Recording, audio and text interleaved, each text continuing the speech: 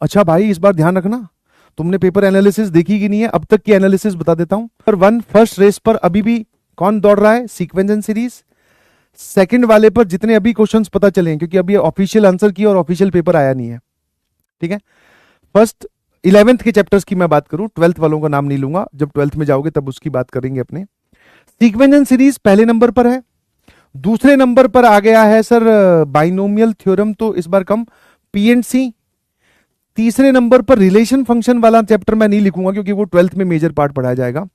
दूसरे नंबर पर आ गया पी एंड सी, तीसरे पर बाइनोमियल थ्योरम, फिर चौथे पर स्ट्रेट लाइन, सर्कल, पांचवें पर आप पैराबोला, इलिप्स और हाइपरबोला रख सकते हो, और छठे पर कॉम्प्लेक्स नंबर।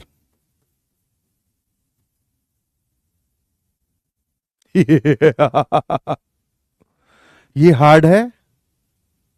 हाँ, कोनिक बहुत ज्यादा पूछा गया है, बट कोनिक की भी अगर मैं बाइफर्केशन करूं, कोनिक में मतलब 5 चैप्टर्स आ रहे हैं, तो ऑब्वियसली कोनिक का वेटेज वैसे तो सबसे ऊपर रखना चाहिए हमें, बट इंडिविजुअल चैप्टर में सीक्वेंस एंड सीरीज अभी भी विनिंग रेस में है ना। सेकंड नंबर पर पीएनसी है, इंडिविजुअल चैप्टर, अकेला चैप्टर अगर वो आप कंप्लीट करते हैं तो। फिर आप बाइनोमियल थ्योरम बोल सकते हो, straight line, circles, parabola, ellipse, hyperbola, तीनों को एक साथ रखा है। फिर कॉम्प्लेक्स नंबर आप बोल सकते हो।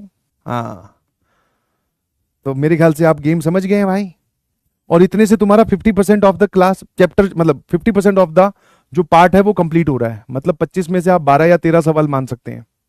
ट्रिगो इज बेसिकली यूज, कई कई जगह ट्रिग्नोमेट्री के क्वेश्चंस आए हैं। ट्रिग्नोमेट्री आप कॉम्प्लेक्स नंबर और इसके बराबर ही मान सकते हो, क्वेश्चंस आए हैं ट्रिग्नोमेट्री की इक्वेशंस के भी और ट्रिगो के भी, आसान आसान ही, ज्यादा मुश्किल नहीं है।